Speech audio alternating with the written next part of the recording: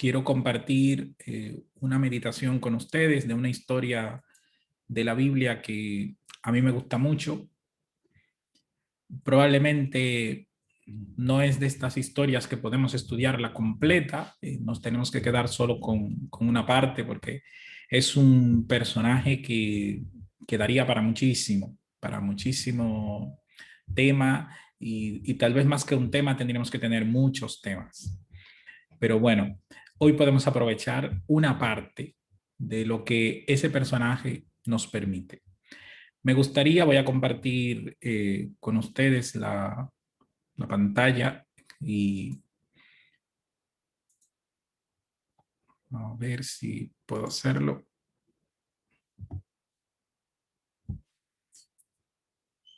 Vamos a ver. Bien. Quisiera que me puedan decir si lo pueden ver. A ver. Sí, creo que sí. Hay una pregunta que me gustaría que podamos iniciar. Para ti, ¿qué es ser un héroe? Yo estuve buscando por internet algunas cosas que pudieran referenciar lo que es un héroe. Y fíjense, esta es la definición mayoritaria, que sea alguien con poderes sobrehumanos, sobre todo por la influencia que hay de ciertos personajes, ¿verdad? Del cine. La Biblia, sin embargo, nos propone héroes humanos, nos propone un perfil de héroes diferentes, personas que fallaron, personas que tuvieron problemas, pero personas que se arrepintieron, que se levantaron en el nombre de Dios. Y una imagen de héroes, por ejemplo, sería esto hoy. Yo no tendría, no sé si es que ya me siento mayor o ya lo soy, pero yo no sabría decir el nombre, creo, de ninguno de estos. De estas referencias de héroes. Tal vez Miguel podría. Pero creo que aún los jovencitos que sigan este tipo de héroes, lo primero que saben es que son de mentira, que no son reales. Pero la Biblia nos propone un perfil diferente. Y por la imagen ya pueden ver de quién vamos a hablar.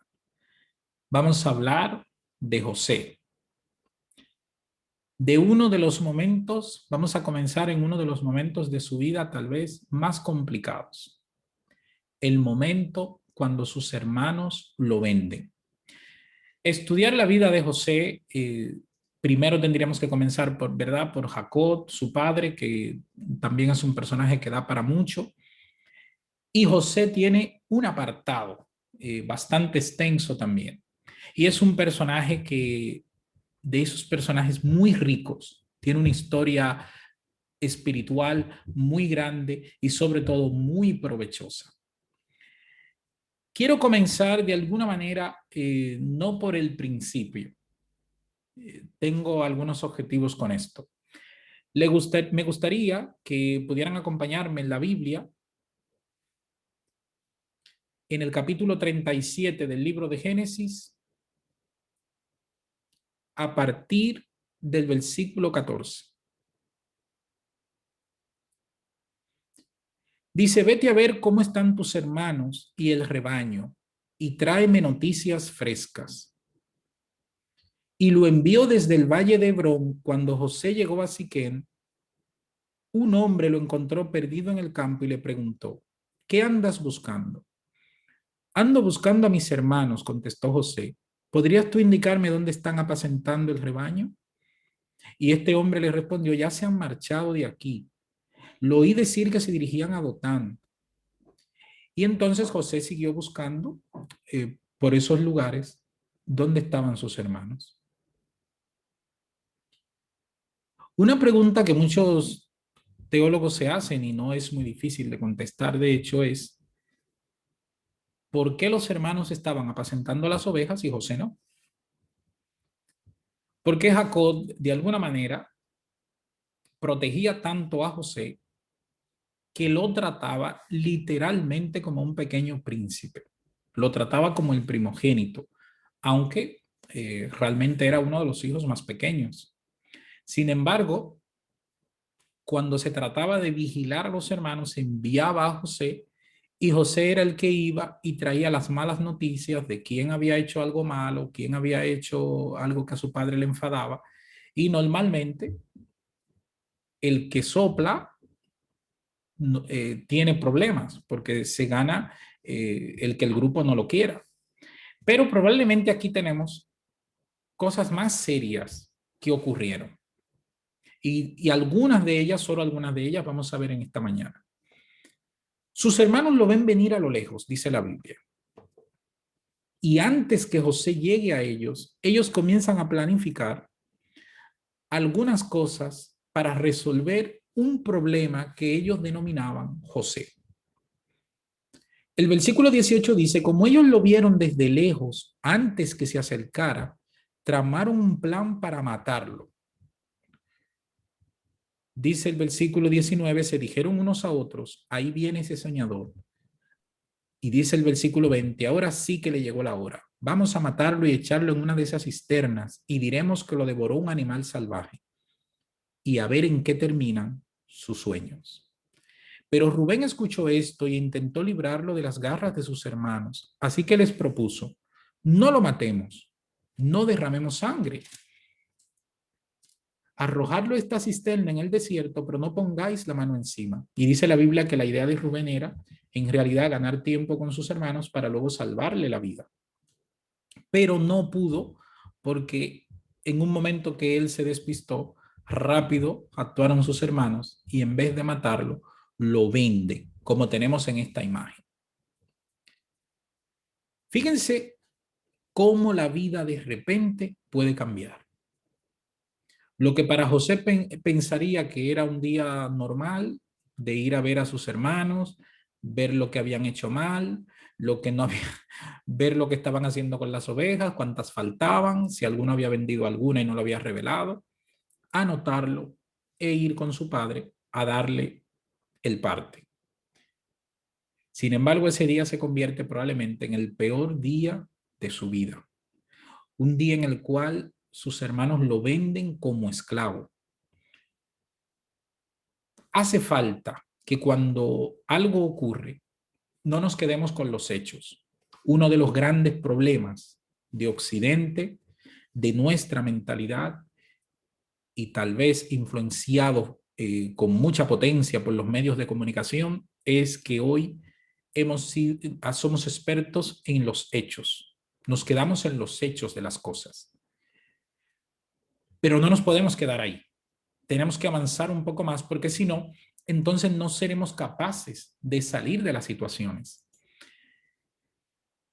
Fíjense esta nota. Jacob tenía 4 líneas familiares. ¿Qué quiere decir eso? Que había 4 grupos de hijos. Fue marido de Raquel y padre de José y Benjamín, pero los demás hijos, de alguna manera, es como si no contasen para él. De hecho, los demás tenían que salir a trabajar, exponer sus vidas con las bestias. Sin embargo, José y Benjamín, él no dejaba que se alejaran de él. De 2 esposas que tenía y 2 concubinas, su comportamiento como marido en realidad fue como marido de Raquel solamente. ¿Cómo era su relación con los demás hijos? Pues había esto. Los primeros, José y Benjamín, los hijos de Lea en segundo lugar, la sierva de Raquel en tercer lugar y la sierva de Lea en cuarto lugar. ¿Cómo sería la crianza de unos hijos en unas circunstancias así? ¿Cómo era la convivencia? Son cosas que nos tenemos que preguntar.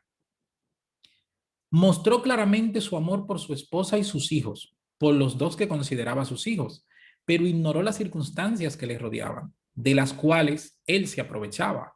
Porque si bien es cierto que no fue responsable como padre amoroso y protector de los demás hijos, pero sí que los ponía a trabajar. No olvidemos que los nombres, esto es un dato importante que merece la pena que lo veamos en algún momento con tiempo. Los nombres de los hijos eran en base a situaciones y probablemente algunos quedaron marcados para siempre por esas situaciones. Habían nombres de los hijos de Jacob, en la lista está en la Biblia.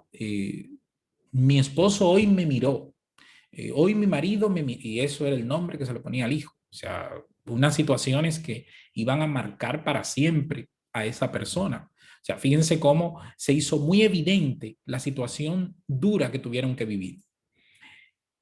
Es importante los antecedentes de la convivencia familiar para poder analizar una familia, porque si no, no entenderíamos lo que está ocurriendo. Y esta familia tristemente tendría muchos problemas. Y esto se evidencia con la venta de José. No se justifica, pero no podemos pasarlo por alto. ¿Era José culpable de lo que ocurría? Muchas veces en nuestra mentalidad vamos a buscar culpables o no culpables. A veces los problemas son mucho más complejos, de simples culpabilidades o de si hay inocencia. José no era culpable de lo que estaba ocurriendo. Él era parte del problema, como eran parte todos. Y en este caso, él era la víctima. Es importante que veamos que el lugar de origen no se elige. Nadie de nosotros ha podido elegir el país o el lugar de nacer. Eso nos ha venido dado ya, con los problemas añadidos que eso tiene. La familia. Nadie nos preguntó de bebés si usted quería nacer en su familia o en otra. Ya hemos venido así. Generalizar en nuestra familia o en cualquier familia es simplista. O todos son malos o todos son buenos. Eso nunca es verdad. No se acierta. Sin embargo, identificar lo positivo y lo negativo en la familia es realismo y nos aleja del idealismo o la ceguera selectiva. Es importante que en el seno de nuestra familia nosotros podamos identificar los elementos negativos y los positivos. A veces esto cuesta mucho, porque es como que si veo cosas negativas, entonces siento que estoy en una familia fatal. Pero al fin y al cabo, esa es la realidad. No somos ninguno parte de una familia perfecta. Vamos a quedarnos con los hechos. En este momento, solo los hechos. ¿Cómo podemos explicar esto que ha ocurrido? Unos hermanos creyentes que habían sido criados en el Señor, ahora venden a otro. ¿Cómo podemos entender esto? Patriarcas y Profetas, en el capítulo José en Egipto, yo he sacado algunos fragmentos, les invito a los que no han leído este libro, Patriarcas y Profetas, que lo puedan leer, especialmente este capítulo, que voy a citarlo mucho. Dice José, mientras tanto José y sus amos iban en camino a Egipto, cuando la caravana marchaba hacia el sur, hacia las fronteras de Canaán, el joven pudo divisar a lo lejos las colinas entre las cuales se hallaban las tiendas de su padre. Saben, esto siempre que yo lo leo no me deja de impresionar. Cuando sus hermanos lo vendieron, el camino hacia Egipto era pasar otra vez por su casa y él estuvo cerca de su casa. Pudo ver las tiendas de su padre, donde él dormía con su padre. Imagínense lo doloroso que tuvo haber sido para José. Dice, lloró amargamente al pensar en la soledad y el dolor de aquel padre amoroso. Nuevamente recordó la escena de Dotán. Vio a sus airados hermanos y sintió sus miradas furiosas dirigidas hacia él. Las punzantes e injuriosas palabras con que habían contestado a sus súplicas angustiosas que resonaban aún en sus oídos. Está con un corazón dolido, evidentemente, atado, llevado como esclavo, pero estos pensamientos trabajando en su cabeza. Dice, con el corazón palpitante pensaba en qué les reservaría el porvenir. Qué cambio de condición de hijo tiernamente querido había pasado a ser esclavo menospreciado y desamparado, solo y sin amigos. ¿Cuál sería su suerte en la extraña tierra a donde iba? Fíjense esta pregunta. ¿Cuál sería su suerte? ¿Qué pasaría conmigo a partir de ahora? Y miren cómo no se nos oculta determinados detalles.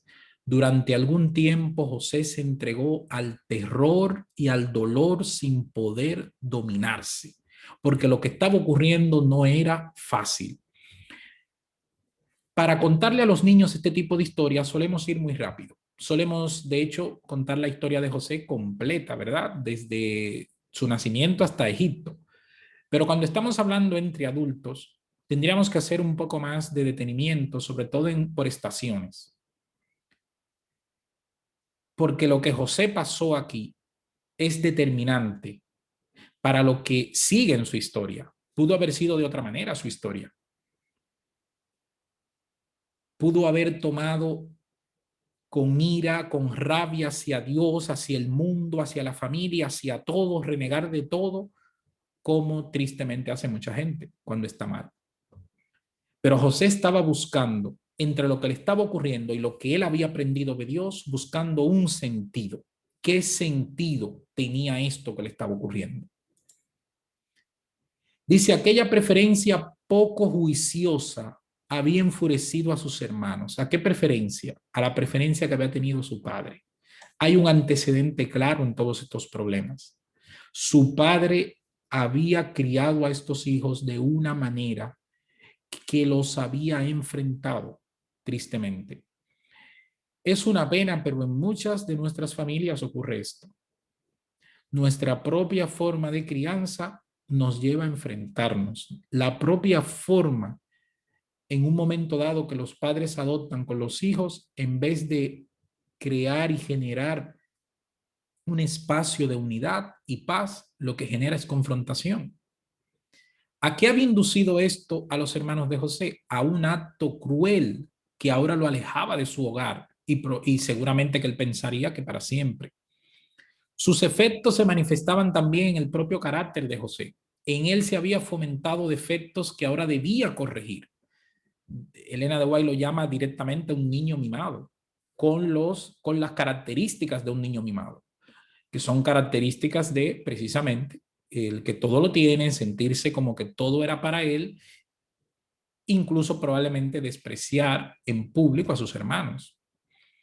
Estaba ahora, en este momento difícil, comenzando a confiar en sí mismo y a ser exigente, porque nunca había tenido la necesidad de ser exigente con su comportamiento, con sus hechos, porque todo su padre se lo celebraba. Este es esto es uno de los momentos en lo que un ser humano define su futuro. En un momento difícil, en un momento como este, determinante, podemos tomar varios caminos, pero correcto solo hay uno: entregarnos plenamente a Dios. ¿Qué hace José? Dice, allí mismo se entregó por completo al Señor y oró para pedir que el guardián de Israel estuviese con él en el país a donde iba desterrado. Cuando estudiamos la historia de José y sus hermanos, muchas veces se nos va la idea en parcializarnos con José. Pero recuerden que la historia en la Biblia no está para parcializarnos, está para verlo desde un sentido neutral. Y fíjense cómo nos dice aquí, a partir de esa experiencia, José se entrega plenamente a Dios, lo que quiere decir que no lo estaba enteramente, como no lo estaban sus hermanos tampoco. Y esa situación los llevó a todo lo que ha ocurrido hasta ahora. Dice, su alma se conmovió y tomó la alta resolución de mostrarse fiel a Dios y de obrar en cualquier circunstancia como convenía a un súbdito del Rey de los cielos. Serviría al Señor con corazón íntegro, afrontaría con toda fortaleza las pruebas que le deparara su suerte y cumpliría todo deber con fidelidad. La experiencia de ese día fue el punto decisivo en la vida de José. Su terrible calamidad le transformó de un niño mimado, fíjense aquí, que era, en un hombre reflexivo, valiente y sereno. Y probablemente la historia de José ejemplifique muy bien la experiencia humana, que solemos aprender el consejo a partir de una experiencia negativa, a partir de cuando no hay opciones. ¿Cuántas veces se nos enseña, se nos instruye, se nos dicen cosas? Y en ocasiones, cuando estamos contra la pared, después de haber chocado y tener la herida sangrante que nos deja la evidencia del choque con la pared, es cuando entonces decimos la pared es dura, no la puedo romper. Si sigo chocando con ella, me va a romper ella a mí. Y entonces hay varias opciones aquí. Una puede ser seguir dando vueltas en lo mismo, despertar odio hacia todo, este es muy común, o hacer autocrítica, reflexión y entregarse al Señor plenamente como la única y verdadera solución a los problemas que los seres humanos tenemos. A partir de la experiencia, a partir de la entrega, ¿qué iría entonces? Tendría que ir todo bien, ¿no? Tendría que comenzar a ver toda la vida en bendición. Pues no. Muchas veces es la imagen que nosotros proyectamos.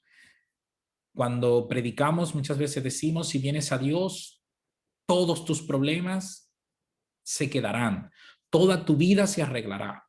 Y no estoy diciendo que mentimos cuando decimos esto, pero probablemente tendríamos que decirlo mejor.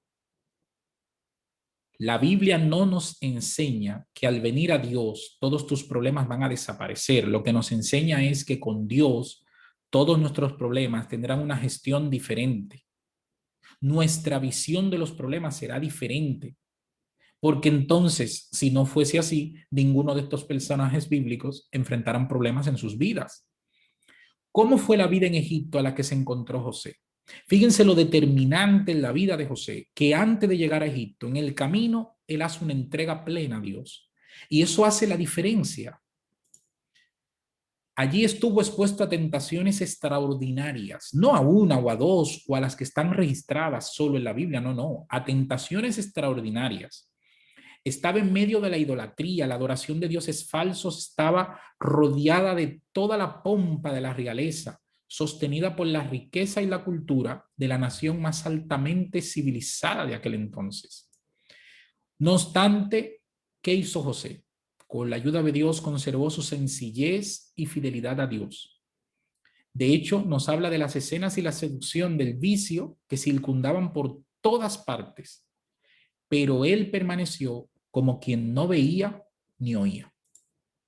No permitió que sus pensamientos se detuviesen en asuntos prohibidos. El deseo de ganarse el favor de los egipcios no pudo inducirle a ocultar sus principios. Muchas veces el deseo de ganarnos a los demás o de ser graciosos ante la sociedad en la que vivimos conlleva el sacrificio de nuestros principios. Y en todo camino que vaya en esa dirección es un camino fallido. Es un camino que no es el que Dios quiere que andemos. ¿Cómo fue la vida de José de aquí en adelante? Llega a Egipto. Es un esclavo. La Biblia nos dice en el capítulo 39 del libro de Génesis que cuando llega a Egipto se convierte en un esclavo de Potifar, de la casa de Potifar, que era un señor importante en Egipto. Pero allí ocurren cosas. Dice el capítulo 39, versículo 1, cuando José fue llevado a Egipto, los ismaelitas que lo habían trasladado allí lo vendieron a Potifar, un egipcio que era funcionario del faraón y capitán de su guardia. Y el versículo 2 dice algo que no quiero que olvidemos ni pasemos por alto en ningún momento. Ahora bien, el Señor estaba con José y las cosas le salían muy bien. Mientras José vivía en la casa de su patrón egipcio, éste se dio cuenta de que el Señor estaba con José y lo hacía prosperar en todo. José se ganó la confianza de Potifar y éste lo nombró mayordomo de toda su casa y le confió la administración de todos sus bienes. Y dice el versículo 5, por causa de José, el Señor bendijo grandemente a Potifar. O sea, Potifar fue aún más rico, más bendecido, solo por la presencia de este siervo del Señor que estaba en aquella casa. Pero me gustaría que analicemos algunas cosas con detenimiento de esta experiencia. Dios estaba con él, dice el versículo 2 en adelante. ¿Quiere decir que si Dios está conmigo, a mí no me va a ocurrir nada malo? ¿Es eso lo que significa? Tal vez la explicación de esto, si lo explicamos bien a la gente, probablemente nos haría puntualizar o matizar mejor el mensaje de Dios. Muchas veces nuestra explicación de lo que significa estar con Dios no se corresponde con la realidad de lo que nos ocurre. A veces estamos orando por un enfermo, pero decimos, Señor, que se sane. Y nos olvidamos de pedir su voluntad. No siempre va a ocurrir lo que nosotros queremos. Y volvemos al principio. Cuando José se entrega a Dios, ¿quiere decir que ahora no va a padecer situaciones difíciles? No, no quiere decir eso. Lo que quiere decir es que en toda su vida Dios estaría presente, en lo malo y en lo bueno. Que Dios le daría la capacidad de gestionar las situaciones. Dice la Biblia en Génesis 39:7 que José tenía buen físico, que era atractivo y que era inteligente. Pues eran tres combinaciones muy interesantes que normalmente hacen una persona deseable.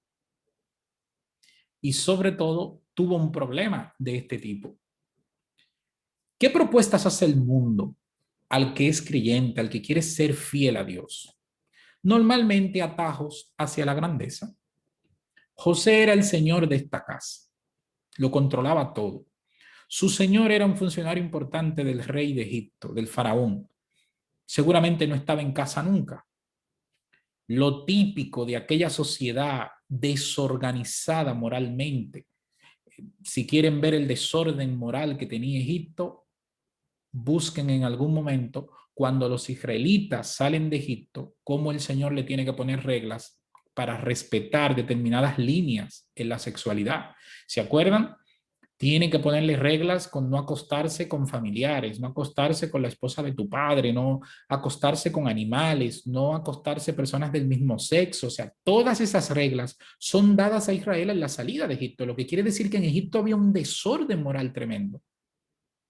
Así que la esposa de Potifar quería estar con José, no era tan malo en ese medio. Era malo en el sentido de los principios que tenía José. Y seguramente en este sentido la esposa de Potifar no lo entendía.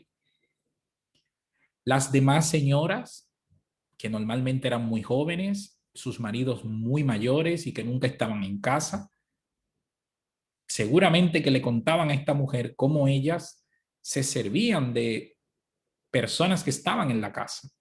Y seguramente que lo que estaba haciendo era algo acostumbrado de alguna manera. Pero dice la Biblia que Potifar puso todo en manos de José y le dijo directamente, pero mi mujer no la toques. Este consejo de Potifar o esta indicación de Potifar hacia José, ¿por qué? Porque Potifar sabía que en realidad de parte de la mujer probablemente vendrían estas invitaciones. Pero él, que confiaba en José, a José le hace esta indicación. Y saben, soportar pruebas y ser fieles, muchas veces el mundo lo verá como el camino de los tontos. Pero los que estamos trabajando, no solo para este mundo, sino también para un mundo venidero, sabemos que el mundo de las pruebas y de la fidelidad es lo que nos acerca a nuestro Dios y es lo que nos ayuda a trabajar por el cielo. Al final José recibió esta propuesta, aquí lo podemos ver en la imagen. Y la Biblia es muy descriptiva, dice que cuando esta mujer le fue a quitar la ropa, él se tuvo que ir huyendo, tuvo que marcharse. En Egipto, lastimosamente, para estas cuestiones morales, no tenían mucha ropa la gente. Egipto era un país, o es aún un país de mucho calor, y en esa época vestían los hombres con el pecho descubierto y prácticamente con una pequeña falda. Así que realmente quitarse la ropa no era un problema. Al contrario, era algo muy rápido. Y sin embargo, José se niega, dice que no y tuvo inconvenientes por esta situación. Es llevado a la cárcel, seguramente su jefe sabiendo que era inocente, pero hay que mantener la imagen. Esta mujer seguramente hizo un gran escándalo para ella no quedar mal. Se hizo la abusada, seguramente la que iba a ser violada. Nos podremos imaginar el escándalo de una persona así. ¿Qué tendría que hacer para quedar bien ante la imagen de sus amigos, sus amigas? Y claro, la cuerda se parte por el lado más débil en este mundo. Así que era fácil poder inclinarse por sacrificar al esclavo. Algunos teólogos aquí hacen una puntualización que merece la pena que la hagamos, que dicen que no se entiende en la historia, o sea, a nivel de los historiadores, que este hombre no asesinara a José, porque era un esclavo, lo podía hacer. Pero esa es una de las razones que indican que Potifar sabía que en José no había maldad, que José no había fallado. Y entonces Potifar busca como una especie de, digamos, quedar bien con unos y con otros. Y es llevarlo a la cárcel, porque al menos allí quedaría con vida. Hermanos, a veces olvidamos que el mundo no es lógico, no es proporcional. En virtud del mal que yo haga voy a recibir o en virtud del bien que yo haga voy a recibir. Ojalá fuese así, pero no es así. De hecho, David tiene muchas reflexiones donde él se quejaba de cómo le iba bien a los malos, ¿verdad? Cómo la maldad prosperaba. Pero si algo no es el mundo, es justo. Tampoco es justo. Y ir a la cárcel por algo así, la verdad que es muy triste. Nunca cuando hablemos de la cárcel nos olvidemos lo que es. Unos pueden estar más cómodos, unos pueden estar peor, pero al final el peor de los males de una cárcel es que estemos privados de libertad. Ir a la cárcel por principios puros es triste, es doloroso. De hecho, hoy mucha gente está en la cárcel por razones que son a veces inentendibles, son muy extrañas. Y otros que tendrían que estar, pues nunca entrarán. Allí en la cárcel dice la Biblia que José ganó la confianza y administraba la cárcel. Fíjense qué cosas, ¿verdad? Con José. Donde quiera que llegaba, pues se ganaba la confianza y ya era ahora administrador de la cárcel. Pero eso no es del todo una buena noticia. Es bueno dentro de lo malo, pero no es una buena noticia del todo porque al fin y al cabo está detenido. Hay dos ideas que podrían girar en esta historia. Haz el bien y no mires a quién. Algunos lo plantean así. No hagas el bien a todos porque la decepción será absoluta. ¿Qué les parece? José, donde quiera que llegaba, hacía el bien. Intentaba en todos los lugares, en todas las estaciones que estuvo en Egipto, hacer el bien. Pero saben, hay un momento en su vida donde él sufre mucho. Y ese momento es el momento cuando está en la cárcel. Porque la cárcel de alguna manera le dio a él como una especie de desesperanza, de igual hacer el bien no es lo mejor, igual hacer lo correcto no es lo mejor. Estuvo como en esas ideas.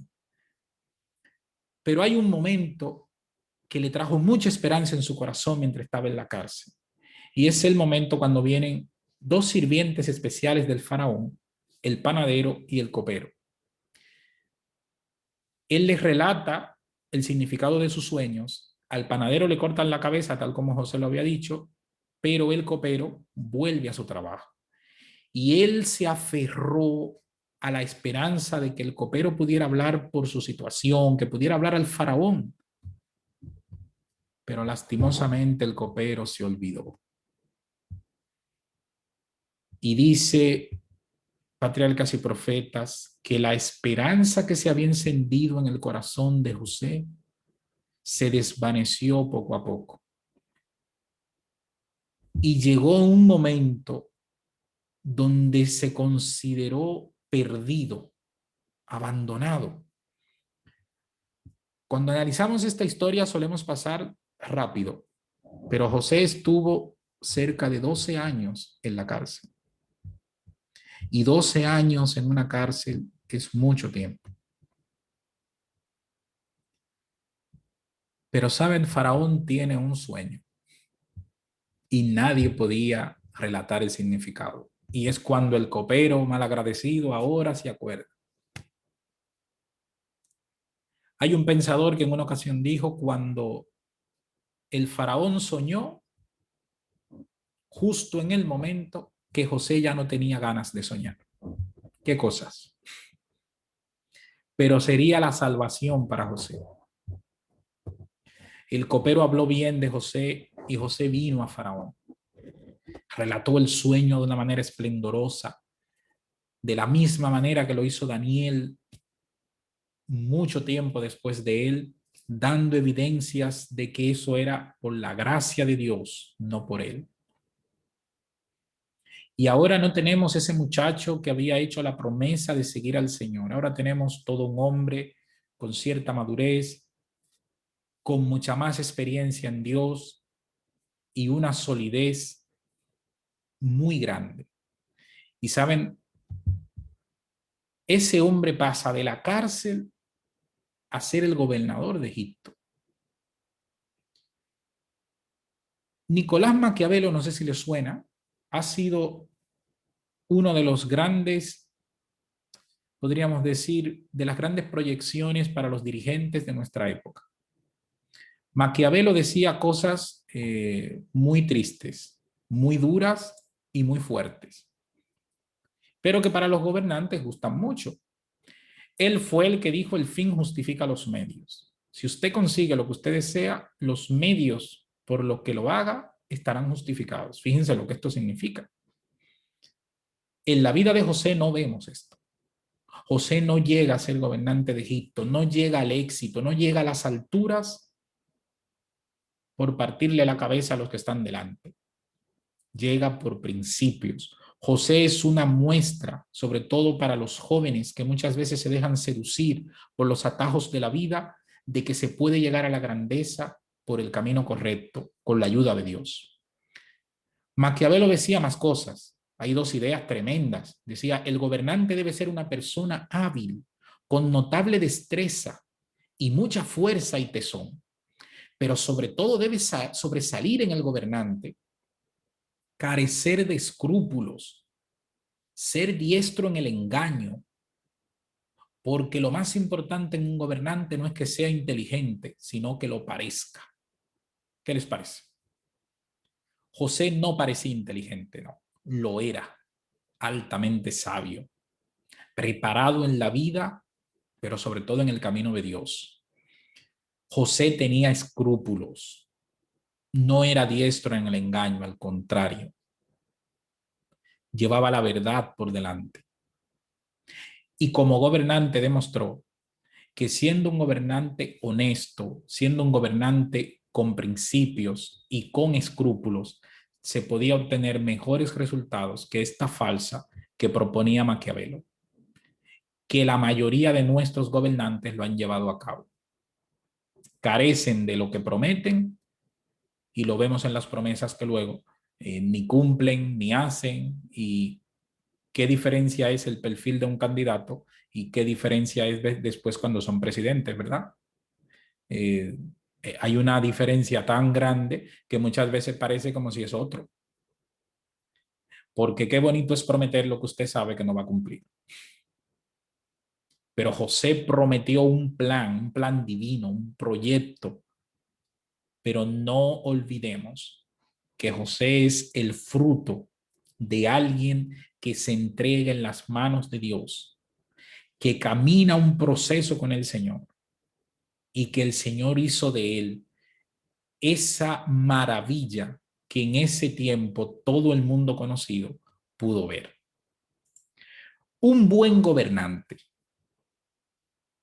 debe tener paciencia, dotes de administrador, debe saber lidiar con situaciones difíciles y debe saber tratar con personas malvadas. Díganme ustedes, ¿en la vida de José se evidenció esto? ¿Qué les parece? Todas. Tuvo que aprender paciencia, tuvo que aprender dotes de administrador, lidiar con situaciones difíciles, demasiadas, tratar con personas malvadas, incluso sus propios hermanos. Y si hiciéramos un currículum de José, ¿cómo sería su experiencia laboral? Este apartado, a mí me hizo mucha gracia esta parte cuando le estaba escribiendo. Pensé así, me vino esta idea. La experiencia laboral de José, ¿cuál sería? Administrador de la hacienda familiar, administrador de la casa de Potifar, administrador de la cárcel de Egipto. Y yo me imagino al faraón ahora con el currículum en la mano, pues tú eres el indicado para ser el administrador de Egipto. Porque esta gente que está aquí, bien vestido y tal, lo que son es teóricos, sin embargo, tú tienes la experiencia. Cuando lean la historia de José, léanla con una mirada de detalles, una mirada de detenimiento. Un detalle muy importante, el propio faraón dice, te elijo como gobernador porque he visto que Dios te ha bendecido. Y el faraón no utiliza el nombre de uno de sus dioses, reconoce que si el Dios de José existía, José era una proyección de ese Dios y de las obras que ese Dios había hecho. Cuando Salomón oró pidiendo a Dios bendición, dijo, Señor, quiero ser entendido para juzgar a tu pueblo y discernir entre lo bueno y lo malo. Y Dios se lo dio. Cuando nosotros queramos ver un buen ejemplo, un héroe de carne y hueso, José es un buen héroe. Comenzó como todo ser humano puede ser que comencemos mal, equivocándonos, cometiendo errores, viviendo situaciones difíciles. ¿Cuánta gente hoy dice, yo no puedo triunfar porque he venido de una familia destruida? ¿Se imaginan que le podamos preguntar a José esto? No puedo triunfar porque vengo de una familia destruida. ¿Y José qué nos diría? Mis hermanos me vendieron. Y si cuenta la historia de su padre, pues ya sería sumar un currículum tremendo aquí. La Biblia es una experiencia contada a través de los personajes de que no nos podemos quedar en los hechos. Lo que más importa delante de Dios es lo que ocurre después de la entrega, no en los hechos. Los hechos muchas veces nos van a deprimir, nos van a amargar, pero hace falta que vayamos al Señor cada día y que sobre todo no nos quedemos pensando en lo que somos, lo que fuimos, lo que pudimos haber sido. Pensemos en lo que somos a partir de cuando entregamos nuestra vida a Él y lo que Él puede hacer con su poder en nosotros. Que el Señor nos bendiga en esta mañana.